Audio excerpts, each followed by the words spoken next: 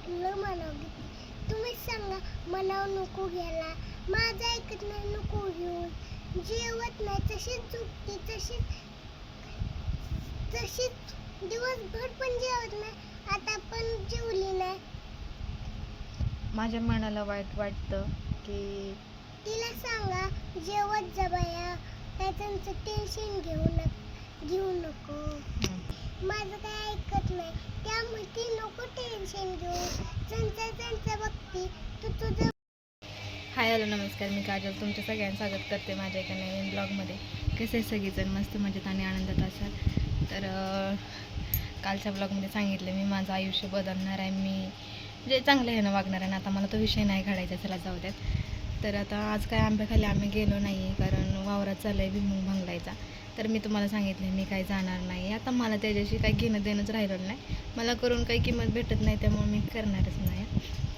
तर आंब्याखाली गेलो असतो तर येता जाता दिसलाच असतो किंवा वावरातनं स्पष्ट दिसतं आम्ही काय करतो आहे काही नाही ते. त्यामुळं म्हटलं नको घरातच बसावं, म्हणजे त्यांनी माझं उठणं बसणं वागणं सगळंच त्यांच्या ठोक्यावर चाललं पाहिजे, त्यांच्या म्हणण्यानं चाललं पाहिजे असं आहे. कारण घरात लय गरम होतं आहे. म्हटलं चला आपण नाही येतोपर्यंत ब्लॉग सुरू करूया. आता घरी येत आहे आणि तुम्हाला दाखवते.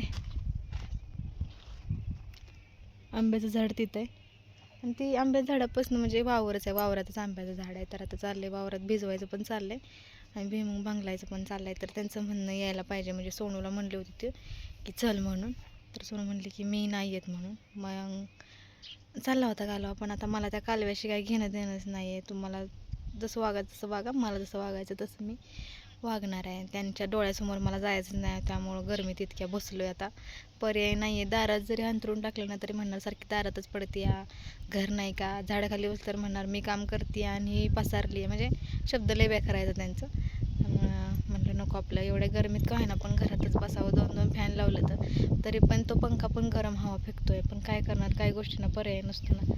तसंच झालं आहे माझ्यासोबत. लय गरम होते प्रचंड, म्हणजे ना एवढ्या 2 दिवसात तरी इतकी गरमी वाढली का नाही. झाडाखाली बसलं तरी पण ती बोंब होती, पण तरी पण थोडेसे बाहेर आलं का थोडा फरक पडतोय.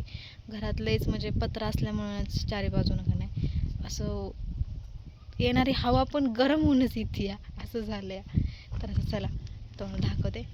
उन्हानं अशी झाडं सगळे आता किरवा जायला लागले, त्यामुळे थोडंसं त्यांना पाणी दिलं. म्हणलं की टवटवती ती या, कारण इतकं उन्हाळा आहे बघितलं तर ना राका राका करतं आहे ऊन नुसतं. गावाकडं राहणाऱ्यांचं लय बेकार हाल होतात. पण हे झाड मात्र एकदम टवटवीत आहे, कारण त्याला पाणीच आहे. सगळ्या झाडांना पाणी देते, पण ही ना संध्याकाळी 4 वाजता जरा 4-5 वाजता टवटवीत होते ती, पण उन्हाची पूर्ण मानच टाकून देते ती झाडं. तरी पण आता थोडं त्याला पाणी दिलं आहे, थोडंसं गारवा केला आहे. म्हटलं अजून थोड्या वेळाने द्यावावं. आंब्याखाली गेली का नाही मग एकदा गेली की मी काही येतच नाही. छान वाटते. मला ही खाली आले आहे ना ती रोजमेरी चिनी गुलाब काय म्हणते ती झाडं मला बाटलीत लावायचे, तीन पूर्ण बाटल्या इथं वरती अशा अडकवायच्या त्या. आता मी म्हटलं ते नाही आहे तोपर्यंत व्हिडिओ घ्यावा. मी पहिल्यांदा घेतलं, फेस टू फेस बोलत होते का नाही तेव्हा कोणीच नव्हतं. जेव्हा मी बॅक कॅमेऱ्याने झाडं वगैरे दाखवायला लागले तोपर्यंत माझा सासरा कुठनं येऊन टपकला ना मला काहीच कळलं नाही आणि मी शांतच झाली. मी डायरेक्ट मोबाईलच बंद केला. आता भले त्यांना हे जरी सांगून जमणार नाही की माझ्याकडं कार्ड नाही आहे काही नाही आहे, मी खरंच माझं नशीब मला साथ देते नाही आहे, मला देव पण साथ देत नाही. काय लिहिलं आहे माझ्या नशिबात ना काय माहिती. आता जर हे बघितलं तर अजून ते चालू होणार. आता इतके दिवस त्यांच्यासमोर माझ्याकडे मोबाईल नव्हता, काही नव्हतं. तेव्हा काय वाढून ठेवलंय सर आहे पुढं. आणि असला रागात बघत होता ना की काय सांगू तुम्हाला, अवघड आहे.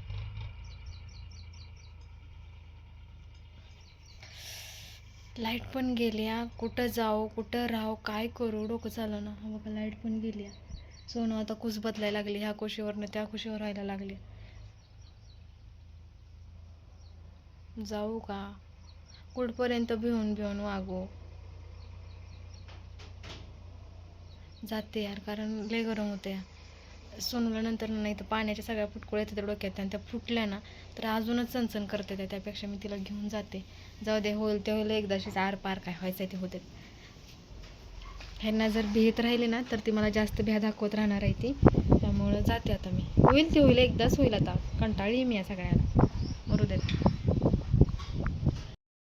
तर आता आम्ही बघा, आमच्याकडं पार्टी वगैरे काही नाही आणि मोबाईलवरती आम्ही चल्लसाठ खेळू शकत नाही. तर आम्ही इथं वाकळवरतीच आकले चल्लसाठचं आणि सोनू आणि मी खेळणार आहे. तर सोनूने घेतले दगडं आणि मी घेतले तर छोटे छोटे काटकं. तर चला सुरुवात करूया सोनूपासून. आता आम्ही काय ते 4 किंवा 8 पडोसपर्यंत थांबणार नाही. जी पडेल ती बाहेर काढणार आहे आम्ही आमचं घोडं, आहे ना. कारण आम्हाला आता दुपारचं करमत नाही. हां असं असं करून टाक. हां टाक टाक पटकन टाक. आता वावरात आलाय ट्रॅक्टर. तिथं नाही ग, थांबा डबल पेरायला. हे पेरायचं आहे. चुकीच्या टायमिंगला आलोय, काय करायचं. धरा. हां टाका, इथंच टाक. टाक पटकन.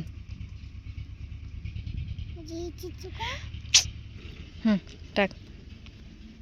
सोनूला पडलं 2. आता 2 चालव तुझं. दगड उचलून 2.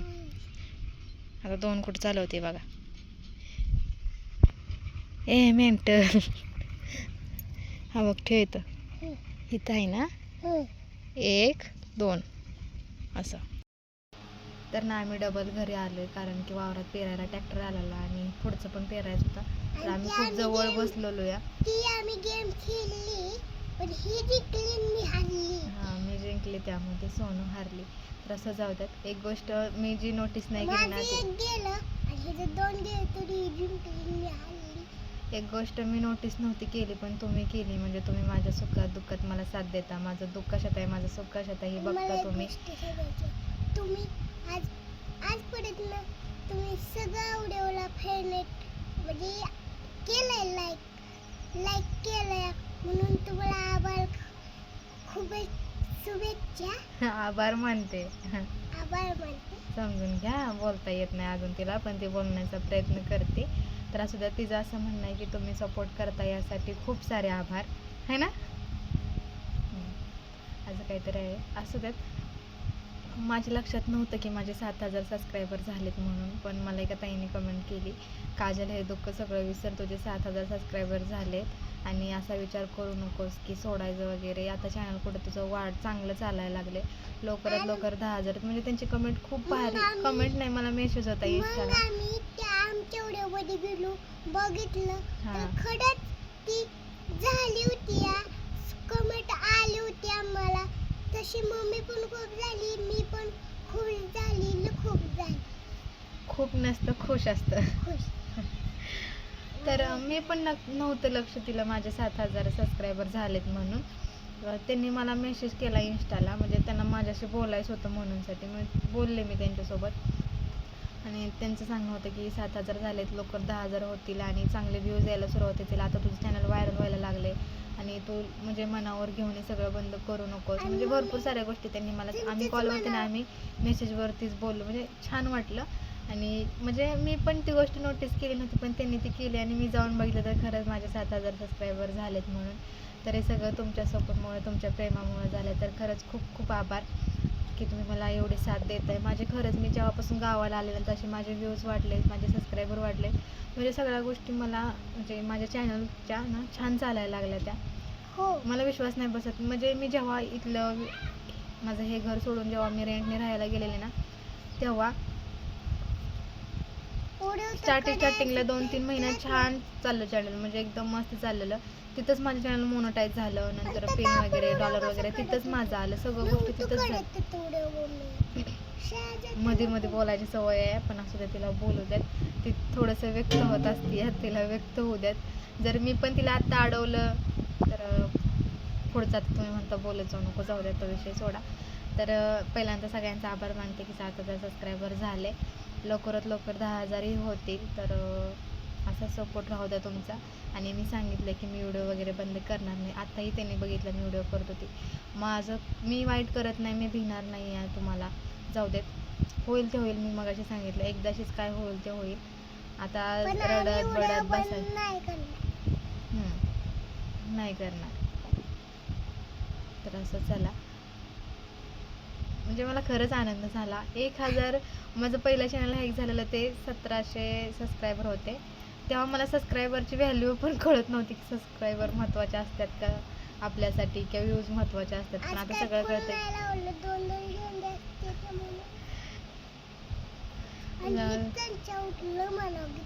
तुम्ही सांगा मनाव नको घ्यायला, माझं ऐकत नाही नको घेऊन, जेवत नाही तशीच झोपते, तशीच दिवसभर पण जेवत नाही, आता पण जेवली नाही. माझ्या मनाला वाईट वाटतं की तिला सांगा जेवत जा बाया, काय त्यांचं टेन्शन घेऊ नको असं सांगत जावं. ती माझं ऐकत नाही, फक्त तुमचंच ऐकते, माझं काय ऐकत नाही. त्यामुळे ती नको टेन्शन घेऊ, त्यांचं बघते, तू तुझं बघ पोटाचं. आम्ही जेवतो तू पण जेव. तर ती म्हणते नाही, ती जेवतच नाही, लागते पण तशीच झोपली होती. कवच झोपली नाही, परवा दिवशी पण नव्हती, कवच नाही. तेव्हा भानगळली होती ना, तेव्हाच नाही झोपली, जेवली नाही आणि तशीच झोपत होती.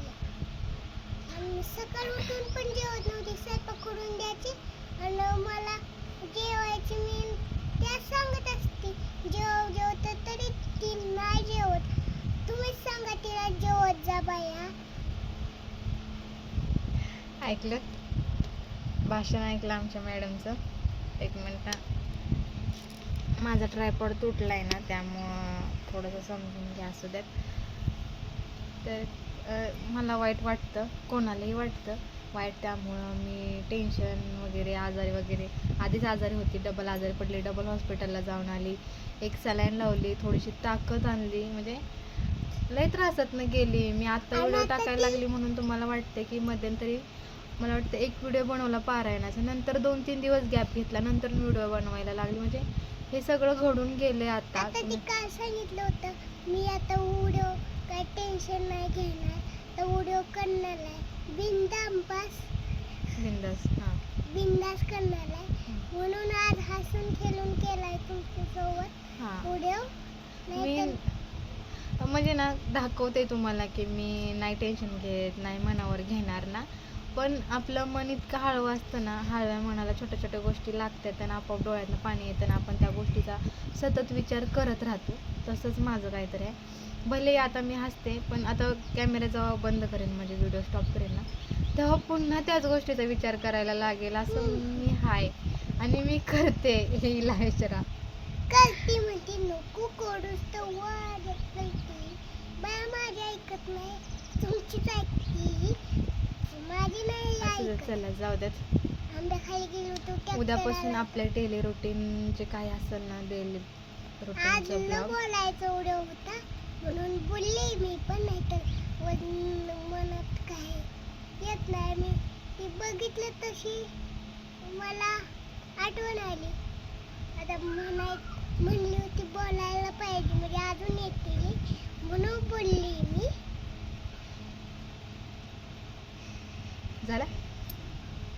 झालं का? बोल की, अजून काय बोलायचं. खरंच मला सोनूलाही समजूत घालत असते. जाऊ द्या, तिनं माझा विषय थांबवला. उद्या डेली रुटीनचं येईल आपला ब्लॉग. सकाळी उठल्यापासून काय असेल ते बाहेर निघते, सगळ्यातनं बाहेर निघते.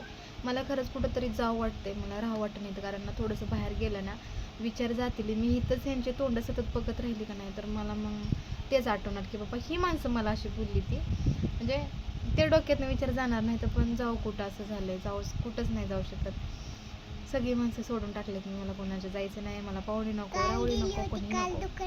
मी पाहुणे रावण्याचं पण करून पाहुणे रावळी पण मलाच नाव ठेवते, तर मग काय त्यांचा पाहुणचार करून उपयोग आहे मला सांगा. मला खरंच कुठंतरी जायचं आहे, थोड्या दिवसात, जास्त दिवस नाही, 3-4 दिवस तरी मला जायचं आहे. निवांत राहायचं आहे ना, नवऱ्याचा विचार करायचा आहे ना, घरातल्यांचा करायचा आहे, सगळं विसरून जायचं आहे. पण जाणार कुठं हे पण आहे. आईबापाच्या घरी जाऊन पण त्यांची चावचाव ऐकून घ्यावी लागते, पण तिथं पण नाही जावं वाटत. म्हणजे आपण आपलं टेन्शन सोडून जातो, तिथलं टेन्शन घ्यायचं, मग ते इथलं टेन्शन घेतलेलं बरं नाही का, असं होतं. दुकानात गेलो तर काय ओके, विचार केला ना, जाऊ दे, चला.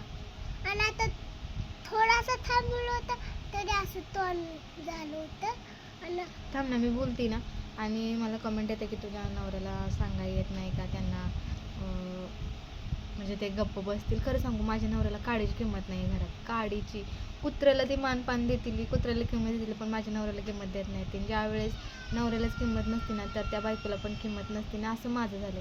माझा नवरा एक शब्द बोलला, एक गप तू फालतू आहेस, तू घाण आहेस, गपले शहाणा आहेस, अति शहाणा आहेस, असं बोलून त्याला झटकवलं जातं. आणि तसं नवऱ्यालाच बोलल्यानंतर ना मग मी काय बोलणार आहे. मी बोलली तरी पण मला पण माहीत आहे किती शहाणे आहे, ग बसा तुमचंच खरं असं म्हणते. त्यामुळं खरं सांगते, आम्हाला किंमतच नाही आहे. त्यामुळे माझा नवरा पण त्याच्या तोंडाला लागायला जात नाही. आणि तो येडा या लागला तर मग लय लांबपर्यंत लागेल म्हणूनसाठी नको. उलट मग परत काय म्हणणार माहिती आहे, थांब, परत काय म्हणणार माहिती आहे का, लेकाचं कान भरवलं, आम्हाला मारायला सांगितलं, असं तसं. तो काय बोलणं दूध पेत नाही की त्याला मी मारावं सांगावं म्हणून. मनानं सगळे शहाणं असतात. तो पण डोळ्यानं बघतोय, कानानं ऐकतोय ही कशी करते ती. पण ते म्हणतात ना, घोड्यासारखी झापड लावायची, बघून पण न बघितल्यासारखं करायचं, असं चाललंय त्याचं. पण एक ना एक दिवस ते पण होईलच ना, कधी ना कधी तो पण बोलला. तर ती मला म्हणते तिने येडा केला आहे ना. मी येडा नाही केला, तुम्ही येडा केला आहे म्हणून तुमचं ऐकतो, असं झालं आहे. आणि हे म्हणजे चोराच्या उलट्या बंबाच ऐकतं, जे खरं आहे ते खरं आहे. माझा नवरा सांगितलं आहे, सांगून सांगून थकला या की माझी बायको तुम्हाला काय बोलत नाही, तुम्ही पण तिला काय बोलू नका. ना, माझी बायको तुम्हाला काय बोलत नाही ना, तुम्ही पण तिला काय बोलू नका.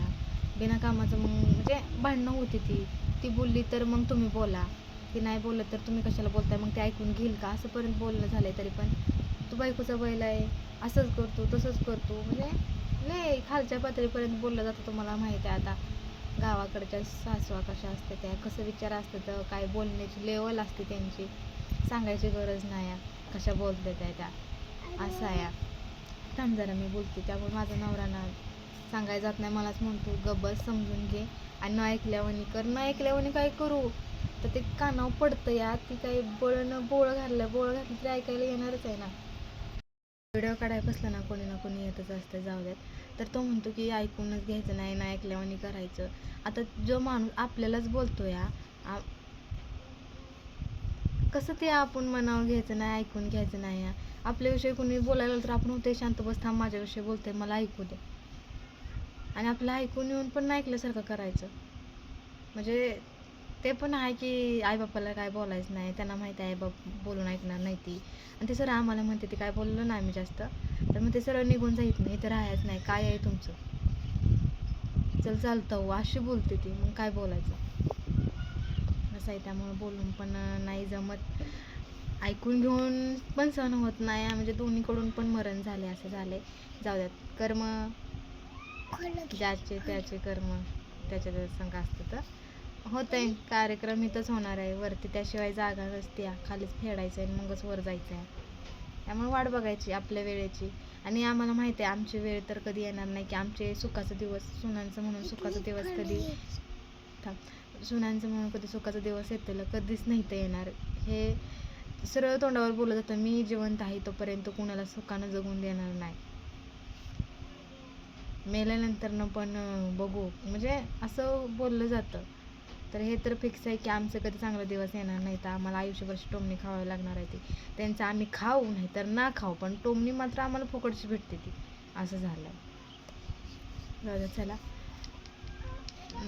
सोनूला शाळेला लवकरच सुरुवात होईल, सोमवारपासून लागलं का शाळेला जाणार आहे सोनू. आणि काय करू काही समजेना. त्या सरांचा पण फोन आलेला की इकडे ॲडमिशन काय करते, कारण सोनूचं सगळं ती डॉक्युमेंट्स ना आहेत ना, तर तिकडंच आहे, ते आम्ही काय अजून आणलं नाही आहे. तर काय करू काय समजेना. तर गाडी चालवायला तर येते. काल आम्ही गेलो पण होतो, इथं माळाच्या खाली दुकान आहे ना, तिथे गेलो होतो आम्ही दोघीच गेलेलो. बोल नको थांब मी बोलते. तर ओडूसमध्ये पूर्ण ट्रॅफिकमध्ये मला गाडी निघेल का, असं रस्त्यानं रोडवरनं तर मी चालवते, पण ओडूसमध्ये ना ट्रॉफिक असतं, सकाळ शाळेच्या आहे ना तर भरपूर असतं. तर थोडी त्याची चिंता आहे मला पण आणि नवऱ्याला पण आहे. तर बघू, डोकं चालत नाही. असं पण गावात जरी सोडलं ना तरी पण चिखल होणार, पाऊस येलं का हिला शाळेला सुट्टी असणारच आहे. म्हणजे शाळेत जायला जागाच नाही ना, कुठून जाणार, चालत जायला पण येत नाही, तर गाडी पण नाही निघत तिथनं, असं होतंय. हां, म्हणजे चिखलाला सगळं पाय भरतात. आणि गाडीवर तर गाडी तिथून जात नाही चिखलातनं, असं होतंय. लय अवघड आहे. मी विचार म्हणजे लग्न करताना विचार करा कुठं राहते, शाळा जवळ आहे का, माणसं कशी आहे ती ना, एवढ्या गोष्टीचा विचार करा. घावल्यासारखं लग्न करू नका. माझी आई आता पछतावते. मग ती पोरगा चांगला असून काय करायचं आहे, तो कामाला जातो, तो पोटाच्या मागं जातो, तो काय घरी बघायला असतो का ह्याची घरची काय करते आणि काय नाही आहे. म्हणजे एकच बाजू चांगली असून उपयोग नव्हतो. सगळ्या बाजू चांगल्या असणं महत्त्वाचं. थांब जरा, मी बोलते ना. सगळ्या बाजू महत्त्वाच्या असतात. माणूस म्हणतो बाकी ह्यांना काय करायचं या, नवरा आयुष्याला जातो, ही माणसं काय आयुष्याला जाणार होती का, असं. पण काय उपयोग नाही. ह्या माणसाने आपल्याला अर्ध्या आयुष्याचं जसं टेन्शन देऊन देऊन मारलं तर काय उपयोग. हे मरणार नाही ती, हे मारणार. त्यामुळे सगळे महत्त्वाचे असते, सगळी माणसं चांगली लागते. ओके, तर चला बोल, तुला काय बोलायचं ते ऐकायचं. सांगायचं शाळा जवळ आहे का, दुकान जवळ आहे का, सगळं सांगून काढायचं.